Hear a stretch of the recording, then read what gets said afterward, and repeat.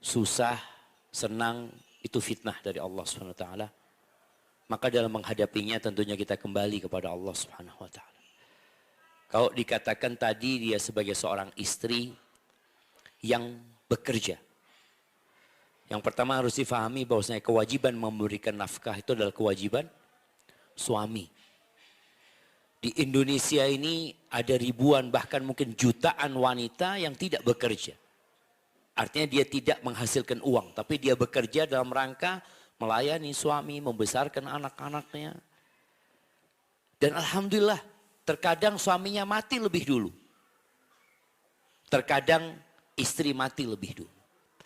Tapi kita harus paham bahwasanya rizki itu sudah ditanggung sama Allah Subhanahu wa taala. Wa ma min dabbatin fil ardi illa 'ala Allahi rizquha. Tidak ada satupun yang melata di muka bumi ini melainkan Allah yang menanggung rizki. Jadi kekhawatiran dia kalau resign, yang pertama dia perlu bertanya kenapa dia resign? Apa tujuannya dia resign?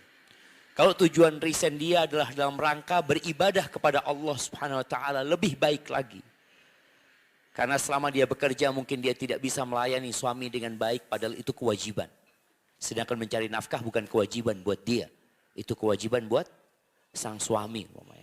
Mendidik anak-anak itu kewajiban buat dia. Adapun memberi makan anak-anak itu tugasnya siapa? Suami.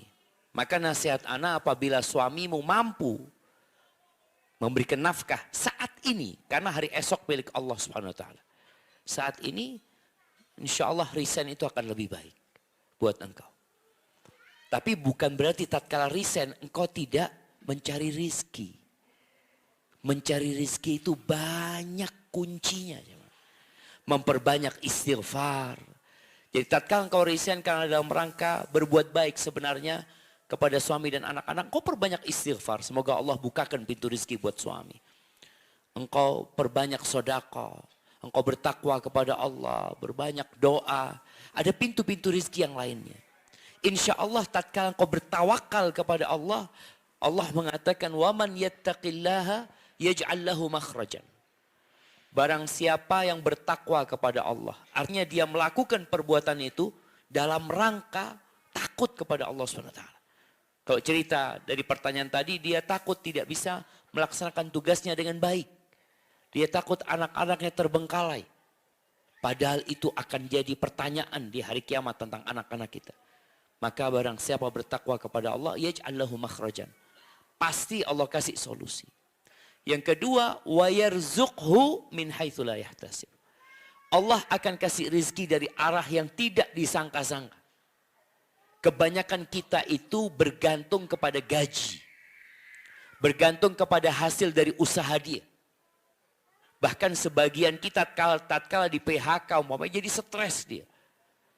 Jadi kebingungan tatkala umpamanya pandemi kemarin usahanya harus tutup. Dia jadi kebingungan padahal yang memberikan rezeki adalah Allah Azza wa Jalla. Ingat ada seorang laki-laki yang dapat berita dikatakan tokomu kebakaran di pasar. Tokomu kebakaran. Padahal itu tempat dia satu-satunya cari rezeki di sana. Dia jualan di sana. Kebakaran jemaah. Padahal sebagian barang itu belum dibayar.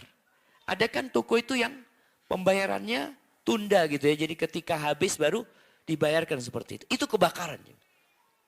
Orang ini tanya, kebakarannya sampai langit enggak? Ya enggak lah. Alhamdulillah. Rizkiku ada di langit sana. Wa fis sama'i rizqukum wa ma tu'adun. Di langit sana rizki kalian.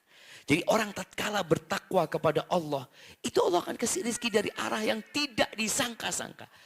Dan insya Allah semua merasakan itu jemaah. Ketika dia bertakwa, tahu-tahu ada solusi yang dia nggak kebayang kok bisa dikasih sama Allah. Kemudian waman yatawakkal 'ala Allah. Ini yang penting. Barang siapa bertawakal kepada Allah, fahuwa hasbuh, maka Allah akan cukupin dia. Nah, tawakal ini yang tadi dikatakan apakah dia was-was? Iya, dia was-was. Dia kurang tawakal kepada Allah SWT. Nabi SAW mengatakan, "Lau annakum tawakkaluna 'ala Allah haqqa tawakkulihi." Kalau kalian bertawakal kepada Allah dengan sebenar-benarnya takwa, apa yang akan terjadi? La razaqakum kama yarzuqut tayr. Allah akan berikan rizki kepada kalian seperti Allah memberikan rizki kepada burung. Taghdu khimasan wa taruhu bitanan. Burung itu setiap pagi keluar dari sarangnya dalam kondisi lapar, pulang kenyang. Pernah melihat burung di musim hujan, dia beli kulkas? Pernah lihat ya? Nggak ada. Padahal dia tahu ini kalau besok hujan, mulai dia berpikir, besok hujan, gimana anak mau cari makan? Kadang-kala ada hujan seharian jemaah. Dari pagi sampai pagi lagi.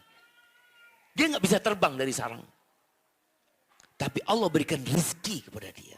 Subhanallah. Itu kalau orang bertawakal kepada Allah dengan sebenar-benar tawakal. Nggak ada burung punya tabungan. Nggak ada burung karena umpamanya masyarakat sedang menanam padi. Ini kesempatan bagi dia untuk menimbun padi.